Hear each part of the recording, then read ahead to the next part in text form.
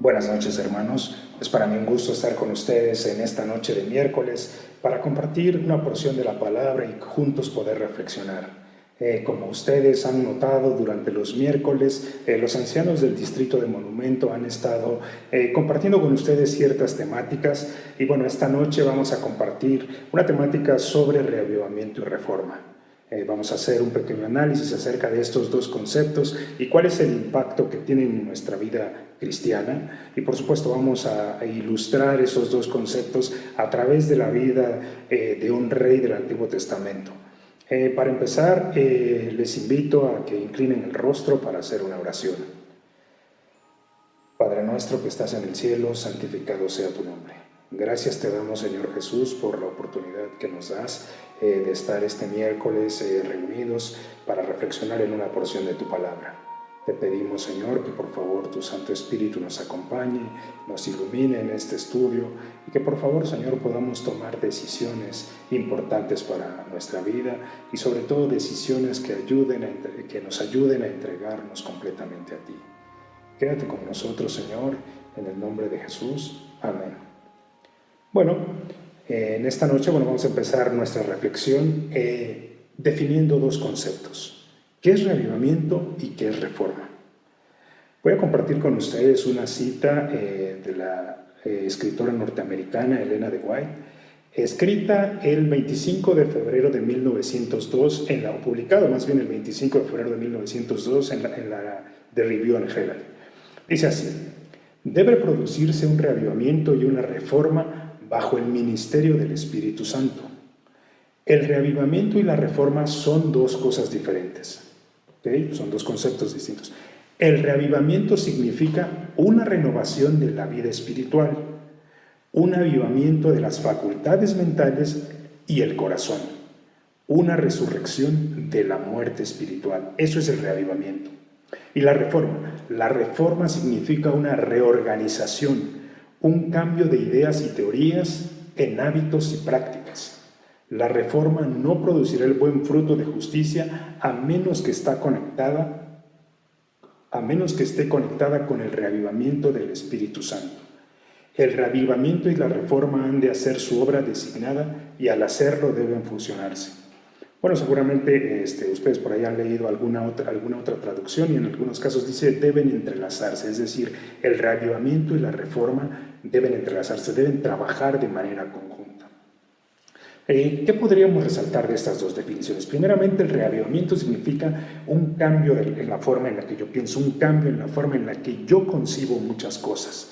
Esto es evidentemente gracias a la administración o al ministerio del Espíritu Santo. O más bien, este proceso es conjunto, ¿no?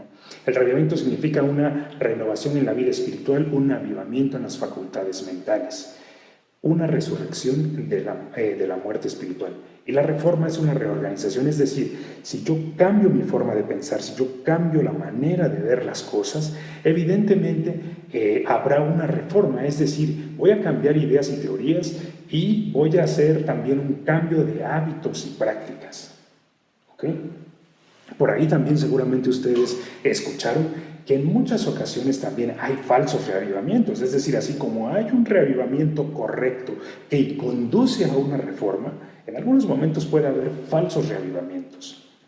Ahora, como bien dice, como menciona la definición, estos dos conceptos se entrelazan y viven de manera conjunta.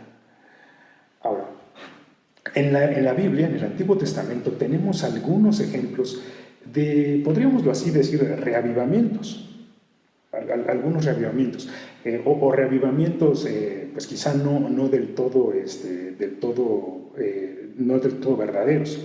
Y esta noche, para ilustrar estos dos conceptos, quiero compartir con ustedes la historia de uno de los reyes famosos del Antiguo Testamento. No era un rey judío, era el rey Nabucodonosor, el rey de Babilonia. Nabucodonosor, durante su reinado, o durante la parte del reinado que se encuentra en la Biblia, podríamos decir que tuvo 3 reavivamientos. 2 de ellos podríamos catalogarlos que no fueron reavivamientos tan verdaderos o reavivamientos verdaderos, y uno que finalmente lo llevó a la conversión. Lo llevó a la conversión y lo llevó a hacer la reforma en su vida. Antes de continuar, podríamos decir a manera de concepto que el reavivamiento y la reforma son dos elementos de la verdadera conversión. Algunos podrían decir también de la verdadera reconversión. Recuerden que nosotros estamos en un proceso continuo, entonces yo lo llamaría así: el reavivamiento y la reforma son dos elementos de la verdadera conversión. Ok, voy a empezar narrándoles la historia de Nabucodonosor, seguramente ustedes se la saben, pero vamos a partir de la historia del capítulo 2. Recuerdan ustedes que en el capítulo 2 Nabucodonosor tuvo un sueño en el cual pues él soñó una estatua que estaba compuesta de metales: la cabeza de oro, el pecho de plata, el vientre de bronce y las piernas de hierro y los pies de hierro con barro mezclado. El punto fue que Nabucodonosor al día siguiente no recordaba su sueño y entonces mandó a llamar a los sabios, a los astrólogos, a los caldeos, y nadie pudo interpretar el sueño. Entonces, como nadie pudo interpretarle el sueño, mandó a que destruyesen a los sabios. Dijo que, como no los habían destruido, que fueran descuartizados y sus casas convertidas en muladar. En ese tiempo, el jefe de la guardia fue a tocar a la puerta de Daniel, me imagino, y le dijo que venía a matarlo porque había un edicto en el cual todos los sabios de Babilonia debían morir. Evidentemente Daniel pertenecía a la clase de sabios. Daniel lo que hizo fue pedirle que le concedieran tiempo para poder encontrar la respuesta. Evidentemente tuvo ese tiempo. Daniel oró al rey, oró a Dios, oró al Dios del cielo, y entonces Daniel tuvo la respuesta en visión de noche. Se le mostró el sueño de Nabucodonosor, la explicación, y al día siguiente Daniel fue a explicarle el sueño a Nabucodonosor y su interpretación. Nabucodonosor quedó sorprendido. Podríamos decir quizá que este fue el primer contacto que tuvo de manera quizá directa Nabucodonosor con el Rey del Cielo. Nabucodonosor quedó sorprendido porque Daniel le explicó exactamente su sueño y lo que iba a acontecer. Quiero que me acompañen, por favor, al libro de Daniel. Vamos a buscar el libro de Daniel, el capítulo 2. El capítulo 2, versículo 47. Vamos a hacer una pequeña lectura y, como les decía, podríamos quizá concluir que este fue el primer momento en el que Nabucodonosor se confrontó, tuvo un acercamiento directo con el Dios del cielo. Y en este contexto de reavivamiento, sus palabras reflejan hasta cierto punto el reconocimiento del Dios del cielo. Miren lo que dice así, versículo 47. El rey habló a Daniel y dijo: ciertamente el Dios vuestro es Dios de dioses. Es decir, reconoció la supremacía de Dios. Reconoció la supremacía de Dios, pero todavía no se relacionaba de manera personal con él. Ciertamente el Dios vuestro es Dios de dioses, Señor de los reyes, el que revela los misterios, pues tú pudiste revelar este misterio. Definitivamente, podríamos decirlo así, fue una lección para Nabucodonosor. Ninguno de sus magos, ninguno de sus astrólogos, ninguno de sus caldeos pudo revelar. Y de hecho es muy significativa la respuesta. Cuando Nabucodonosor se enoja y les dice que por qué no pueden revelarlos, ellos dicen una respuesta muy significativa: que lo que el rey que nunca alguien en la tierra, ningún señor ha pedido semejante cosa a algún mago o astrólogo, y que nadie puede interpretar eso salvo los dioses, cuya morada, dice así, estoy parafraseando, cuya morada no es con la carne. Es decir, nadie tenía acceso directamente a los dioses como incluso pretendían ellos. Entonces, este momento, este párrafo en particular, o esta historia en particular, nos muestra el primer acercamiento que tuvo Nabucodonosor con el Dios del cielo. ¿Ok? La siguiente historia, o el siguiente evento que sucede es: pasa algún tiempo y después Nabucodonosor, como recibe la interpretación, Nabucodonosor quería, por decirlo así, que su reino se perpetuara. Nabucodonosor no solamente quería hacer la estatua, sino que quería, algunos comentaristas dicen que quería que su reino perdurara para siempre. Y el mensaje que Daniel había dicho es que su reino era temporal y que solamente el reino del Dios del cielo iba a ser eterno. Si ustedes gustan, pueden leer eso en el capítulo 2. Ahora algunos historiadores dicen que pasa un tiempo y que Nabucodonosor, en el imperio de Nabucodonosor hubo algunas revueltas en las cuales estas revueltas amenazaban la estabilidad de su reino. Nabucodonosor decide crear una estatua toda de oro y decide invitar a todos los funcionarios de gobierno, sátrapas, gobernadores, virreyes de las distintas provincias, para la dedicación de su estatua. Parte de esa dedicación era también una muestra de fidelidad hacia él. Entonces se reúnen en la planicie de Dura, y el rey les dice lo siguiente, el pregonero les dice que al son de los distintos instrumentos, todos los asistentes debían inclinarse para la dedicación de la estatua del rey. Hay 3 hebreos, que son Ananías, Misael y Azarías, o Sadrach, Mesach y Abednego, los cuales no se inclinaron a la estatua. Y entonces, después de que suena la música, todos se inclinan excepto ellos, y algunos los acusan con el rey. Entonces el rey los manda a llamar y les dice, ustedes seguramente se equivocaron o no escucharon la música o alguna cosa, y nos vamos a volver a tocar y ustedes se inclinan y no hay ningún problema. Pues porque si no lo hacen, pues van a ser echados al horno de fuego. ¿Y qué Dios hay que pueda librarlos de mi mano? Es lo que expresa Nabucodonosor. Ahora los hebreos, los 3 amigos de Daniel, le contestan al rey que no tienen nada que responderle sobre este asunto a él. Que el Dios al que ellos sirven puede librarlos, y que aún si él no lo hiciera, no se inclinarán a su estatua ni adorarán a sus dioses. Furioso, Nabucodonosor manda a calentar el horno 7 veces y echa a los tres hebreos. Incluso, por ejemplo, cuando los echan, los guardias que habían sido echados caen desmayados por el calor. Y de pronto Nabucodonosor está viendo, quizá, y regodeándose ahí en su trono, quizá en su trono temporal, viendo cómo esperando en qué momento estos 3 hebreos son destruidos y cómo las llamas los consumen. Cuando de repente ve a 4 personas, ve a 4 seres, a 4 personas dando vueltas o caminando en el horno. Yo me imagino que conversando, no sé, hay muchas imágenes por ahí, por ejemplo, en libros, se muestran 4 personas que están conversando, y le pregunta a uno de los funcionarios, y dice, ¿no eran 3 hombres a los que echamos? Pues yo veo 4 ahí, y el cuarto se parece al hijo de los dioses. O dice así, el cuarto es semejante al hijo de los dioses.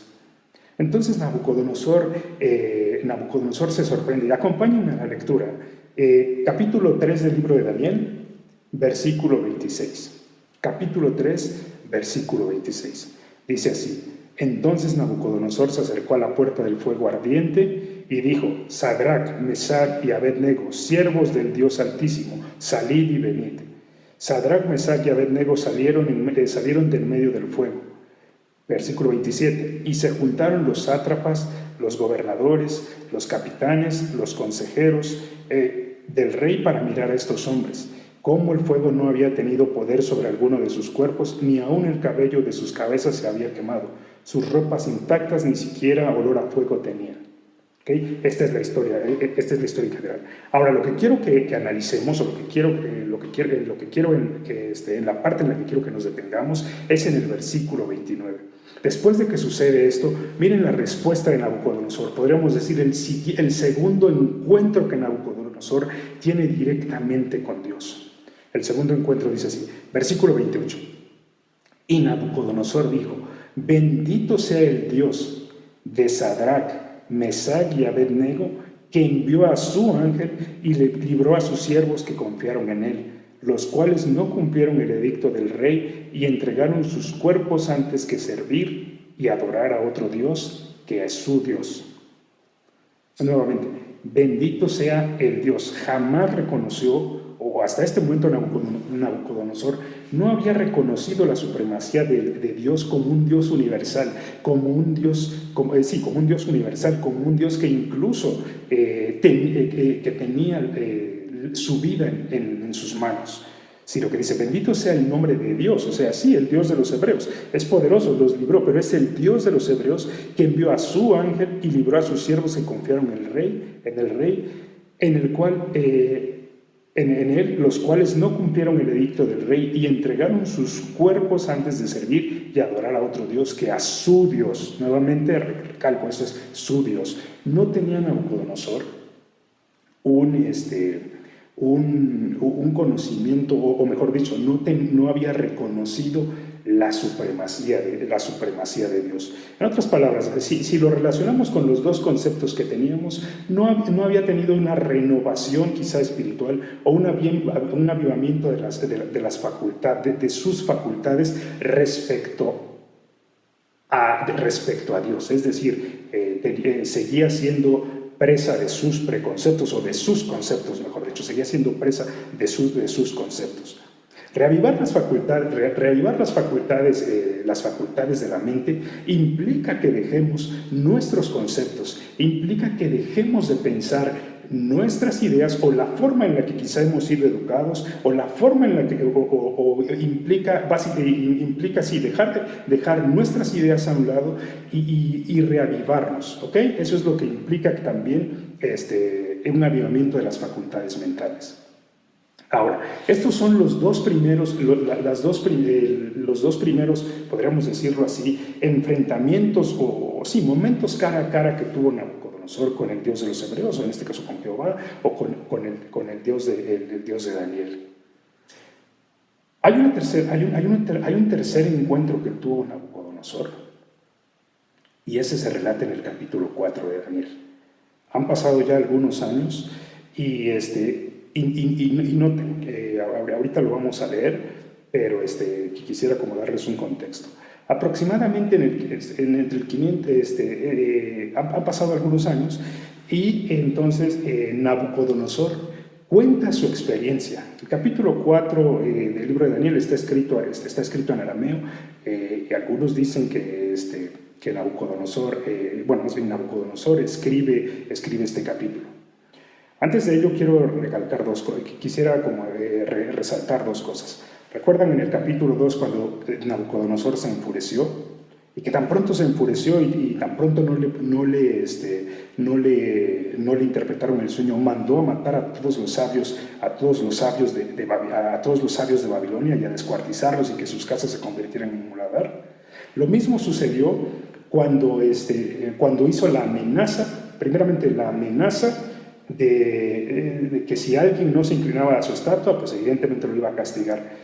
Pero aún después de reconocer que la superioridad del Dios de los tres hebreos y librarlos, emitió un decreto. Y el decreto decía que si alguno blasfemaba contra el Dios de los hebreos, su casa, más bien que fuera descuartizado y su casa convertida en muladar, simplemente porque no había otro Dios que pudiera librar. Una de las cosas que me gustaría compartir con ustedes es que cuando nosotros no hemos sido transformados, cuando no hemos tenido ese reavivamiento espiritual, y cuando no hemos renovado nuestras facultades o las facultades de la mente, por ende tampoco podemos cambiar nuestra conducta y tampoco podemos cambiar nuestros hábitos y prácticas. Es decir, la verdadera conversión, o en algunos casos la reconversión, tiene, como mencioné, los dos elementos que son el reavivamiento y la reforma. Me gustaría compartir con ustedes esta idea de que el reavivamiento es algo vertical, es decir, el reavivamiento tiene que ver con el cambio de pensar, con la forma de pensar, con el cambio de nuestras, con el reavivamiento del cambio de pensar, con el cambio de pensar, con el cambio de las ideas que tenemos. Y esto tiene esta dimensión vertical, porque solamente Dios puede transformar nuestra mente y nuestro corazón. Recuerden que mente y corazón significa lo que el ser humano piensa. Solamente Dios puede hacer una renovación de ese entendimiento, como dice Pablo. y por ende tiene una dimensión vertical. Cuando nosotros somos transformados o cuando nosotros cambiamos nuestra forma de pensar, evidentemente nuestro relacionamiento horizontal, es decir, con nuestro prójimo, también se debe beneficiar. Las prácticas que como persona tenemos afectan a las personas que nos rodean. Y es un círculo que podemos convertirlo en un círculo virtuoso o en un círculo vicioso. Lo que quiero mostrar es que si relacionamos esto con Nabucodonosor, evidentemente Nabucodonosor reaccionaba de esa manera o sobrereaccionaba con enojo o incluso se sobredimensionaba en los castigos porque no había tenido ese encuentro personal con Dios. No había reconocido la soberanía de Dios. Y una de las cosas que me gustaría compartir con ustedes en esta tarde es que reconocer la soberanía de Dios implica someter nuestra voluntad, implica someter lo que nosotros somos a sus designios.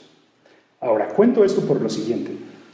Nabucodonosor empieza la narración del capítulo 4, pero es un Nabucodonosor completamente distinto. Estábamos acostumbrados a un rey enojón, a un rey que castigaba, a un rey que sobrereaccionaba. Miren cómo empieza el capítulo 4. Capítulo 4, versículo 1. Nabucodonosor, rey, a todos los pueblos, naciones y lenguas que moran en la tierra, paz os sean multiplicadas. Conviene que yo declare las señales y milagros que el Dios Altísimo ha hecho conmigo. Cuán grandes son sus señales y cuán potentes sus maravillas. Su reino sempiterno, la traducción es reino siempre eterno o eterno, su señorío de generación en generación. Y luego procede a contar su sueño, a contar la visión. Se las voy a resumir simplemente para que ustedes tengan una idea. Pueden leer la historia completa en el capítulo 4. Nabucodonosor dice que estaba en su palacio, estaba durmiendo, estaba tranquilo en su palacio y tuvo un sueño que lo asustó mucho. Nabucodonosor soñó que había un árbol gigante, un árbol frondoso en la tierra que crecía y que las aves de los cielos se posaban en sus ramas y que las bestias del campo estaban abajo. De repente dice que el árbol era frondoso, era frondoso, era hermoso, y de repente esa visión estática del árbol se convierte en una visión dinámica. De repente escucha que un vigilante santo clama desde el cielo y dice, derribad el árbol y cortad sus ramas, quitadle el follaje, dispersad su fruto, váyanse las bestias que están debajo de él y las aves de sus ramas. Y dice que este vigilante santo dijo también, pero la cepa, es decir, el tronco, piensen ustedes cuando cortan un árbol, ¿no? Piensen ustedes que queda por ahí un tronquito, más las cepas o el tronquito, por decirlo así en mexicano, las cepas dejaréis en la tierra, con atadura de hierro y de bronce, entre la hierba del campo, que lo empape, dice así, que lo empape el rocío del cielo, y con las bestias sea su parte entre la hierba y la tierra. Su corazón sea cambiado y se le sea dado corazón de bestia. La sentencia, dice así, es por decreto de los vigilantes y el dicho por los santos la resolución. Después de que Nabucodonosor tiene este sueño, llama a sus sabios nuevamente, llama a sus sabios y ninguno puede interpretar el sueño. Hay algunos comentaristas que dicen que el sueño era claro a Nabucodonosor. Digo, no voy a profundizar en esto. Lo único que quiero comentar es, los sabios tampoco pudieron interpretar este sueño. Y entonces finalmente Nabucodonosor llama a Daniel para que le interprete el sueño. Acompáñenme al capítulo 4, el versículo 18. Y dice así: yo, el rey Nabucodonosor, he visto este sueño. Tú, pues, Belsasar, darás su interpretación, porque ninguno entre los sabios de mi reino lo ha podido interpretar, pero tú puedes, porque en ti habita el espíritu de los dioses santos. Entonces Daniel, cuyo nombre era Belsasar, se quedó atónito por casi una hora y sus pensamientos lo turbaron, y el rey habló y dijo: Belsasar, no te turben ni el sueño ni su interpretación. Belsasar, o sea Daniel, dijo: Señor mío, el sueño sea para tus enemigos y su interpretación para los que mal te quieren. Y vamos a la interpretación, simplemente vamos muy rápido. El árbol que viste y que crecía y se hacía fuerte, cuya copa llegaba hasta el cielo, que se veía desde todos los confines de la tierra, y cuyo follaje era hermoso y su fruto abundante, en el que había alimento para todos, debajo del cual vivían las bestias del campo y en cuyas ramas anidaban las aves del cielo, tú mismo eres, oh rey. Tú mismo eres, oh rey, le dice. Ahora, sigan conmigo en el versículo 22. Que creciste y te hiciste fuerte, pues creció tu grandeza y ha llegado hasta el cielo y tu dominio hasta los confines de la tierra. En cuanto a lo que el rey vio, un vigilante y santo que descendía del cielo y decía: cortad el árbol y destruidlo, mas la cepa de sus raíces dejaréis en la tierra con atadura de hierro y de bronce en la hierba del campo, que lo empape el rocío del cielo y con las bestias del campo sea su parte hasta que pasen sobre él 7 tiempos. Esta es la interpretación, oh rey. Y la sentencia del Altísimo que ha venido sobre ti, sobre mi Señor el Rey. Dice así: que te echarán de entre los hombres y con las bestias del campo será tu habitación. Con las hierbas del campo te apacentarán como a los bueyes y como al rocío del cielo serás bañado. Y 7 tiempos pasarán sobre ti. Voy a hacer una pausa ahí en el versículo 25. Y 7 tiempos pasarán sobre ti. La pregunta es: ¿hasta cuándo? Lean conmigo las últimas 3 líneas. Hasta que conozcas que el Altísimo tiene dominio en el reino de los hombres y que lo da a quien quiere. Y en cuanto a la orden de dejar la tierra, la cepa de las raíces del mismo árbol, significa que tu reino te quedará firme, después que reconozcas que es el cielo el que gobierna. Por tanto, Rey, acepta mi consejo. Redime tus pecados con justicia y tus iniquidades haciendo misericordia con los oprimidos, pues tal vez esto sea una prolongación de tu tranquilidad. ¿Saben? Uno de los problemas o el problema de Nabucodonosor es que no quería someterse a la voluntad de Dios, a la voluntad de Dios. Y sobre todo le molestaba la idea de que su reino era temporal y que en algún momento iba a instaurarse un reino eterno. Él pensaba que todo que todo lo que hacía era producto de su esfuerzo, era producto de su sabiduría. Y ahorita lo vamos a ver más adelante. Ahora, yo quisiera preguntarles, ¿nosotros nos comportamos a veces como Nabucodonosor? ¿O somos pequeños Nabucodonosores? Como les decía, una de las cosas o uno de los temas centrales de este capítulo del libro de Daniel es la soberanía de Dios. Aceptar la soberanía de Dios, aceptar que Dios es soberano y que Dios es el gobernante supremo, implica sometimiento a la voluntad, implica que el ser humano se someta a su voluntad. Yo puedo decir que acepto la soberanía de Dios, pero si no me someto a su voluntad, básicamente estoy negando lo que estoy diciendo. Miren lo que dice uno de los párrafos de la escritora norteamericana Elena de White, hablando de la voluntad. La voluntad de Dios expresada en su palabra debe ser introducida hasta lo más recóndito del alma. Si así lo queremos, Dios identificará su voluntad con todos nuestros pensamientos y propósitos, armonizando de tal manera nuestros corazones y mentes con su palabra, que cuando obedezcamos su voluntad estaremos tan solo ejecutando nuestros propios impulsos, los cuales no poseerán una disposición no santificada y egoísta, lista para llevar a cabo sus propios deseos, sino que manifestarán un celo ferviente y decidido por la gloria de Dios. No querrán hacer nada con sus propias fuerzas y se guardarán estrictamente contra el peligro de promover el yo. Como les decía, yo veo que el reavivamiento tiene 2 dimensiones, una dimensión vertical y una dimensión horizontal. Primeramente tenemos que someternos a la voluntad de Dios, tenemos que santificar nuestra mente y parte de eso es someter el yo. Lo que quería preguntarles es, ¿actuamos a veces como pequeños Nabucodonosores?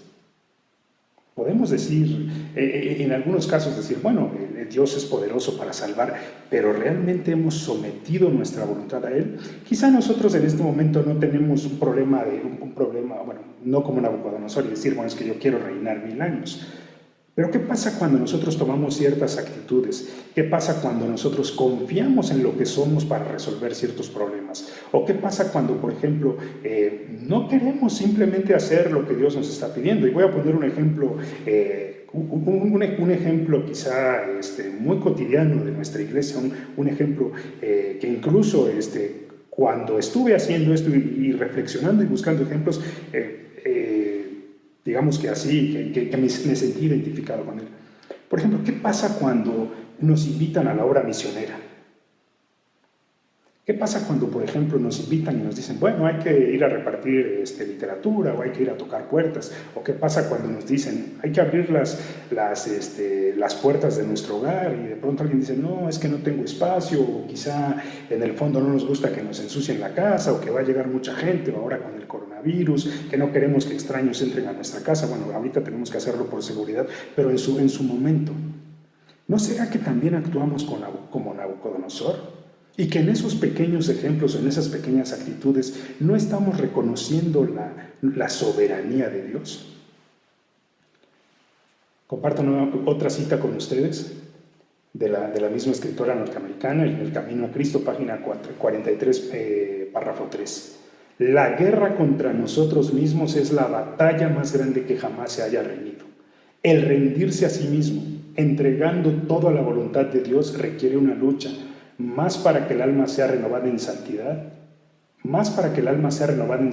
debe someterse antes a Dios. Nabucodonosor tuvo muchos encuentros previos a este último encuentro con Dios. Tuvo 2 encuentros, primeramente el del capítulo 2, el del capítulo 3. Pero no tuvo una conversión verdadera. Nabucodonosor tuvo que ser castigado para poder reconocer que Dios es soberano. Tuvo que ser castigado para poder reavivar su mente, para poder reavivar su forma de pensar y por ende también hacer reformas en su vida. Vamos a leer algunos párrafos, algunos versículos del capítulo 4, versículo 28. Voy a leer algunos versículos nada más. Por ejemplo, dice así: todo esto vino al rey Nabucodonosor. Al cabo de 12 meses paseando por el palacio de Babilonia, habló el rey y dijo: ¿no es esta la gran Babilonia que yo edifiqué para casa real con la fuerza de mi poder y para gloria de mi majestad? Aún estaba la palabra en la boca del rey cuando vino una voz del cielo: a ti se te dice, oh rey, el reino te ha sido quitado.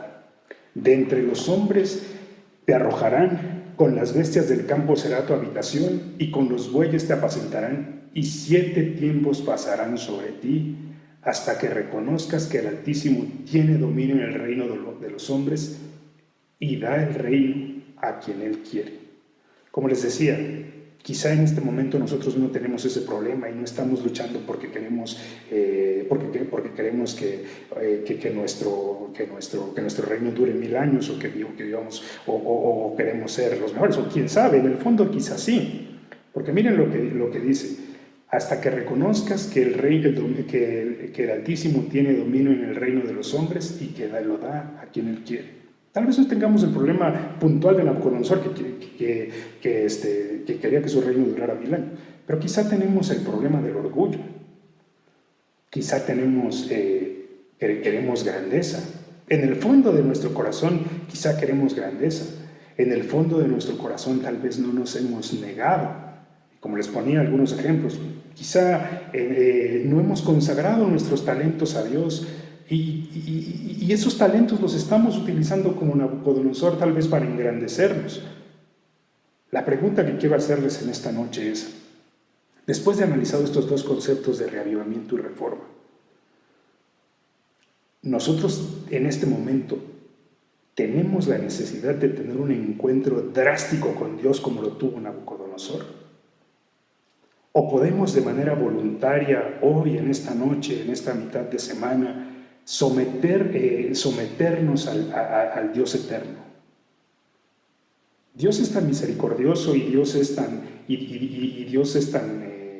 bondadoso y tan lleno de amor, que nos invita y que constantemente está poniendo medios, está poniendo situaciones para las cuales nosotros podemos, o a través de las cuales nosotros podemos entregarnos a Él. Nabucodonosor tuvo una oportunidad en el capítulo 2 para hacer un reavivamiento, cambiar la forma de pensar y entregarse completamente a Dios. En el capítulo 2, después de que los hebreos fueron librados del horno, tuvo la oportunidad de entregarse completamente a Dios y cambiar también o hacer una reforma en su forma de actuar. Nosotros todos los días tenemos esa oportunidad, primeramente de reavivarnos, primeramente de cambiar nuestra forma de pensar a través de la comunión con Dios, a través del estudio de la Biblia y por ende también cambiar la forma en la que vivimos. La pregunta que quiero hacerles en esta noche es, ¿tenemos necesidad o esperaremos para tener un encuentro drástico con Dios como lo hizo Nabucodonosor para entregar nuestras vidas y someter nuestra voluntad a la soberanía de Dios? Termino esta reflexión, la reflexión de esta noche, leyendo los últimos cuatro versículos del del capítulo 4 de Daniel. Los últimos 3. Al fin del tiempo, después de que Nabucodonosor fue castigado, después de que estuvo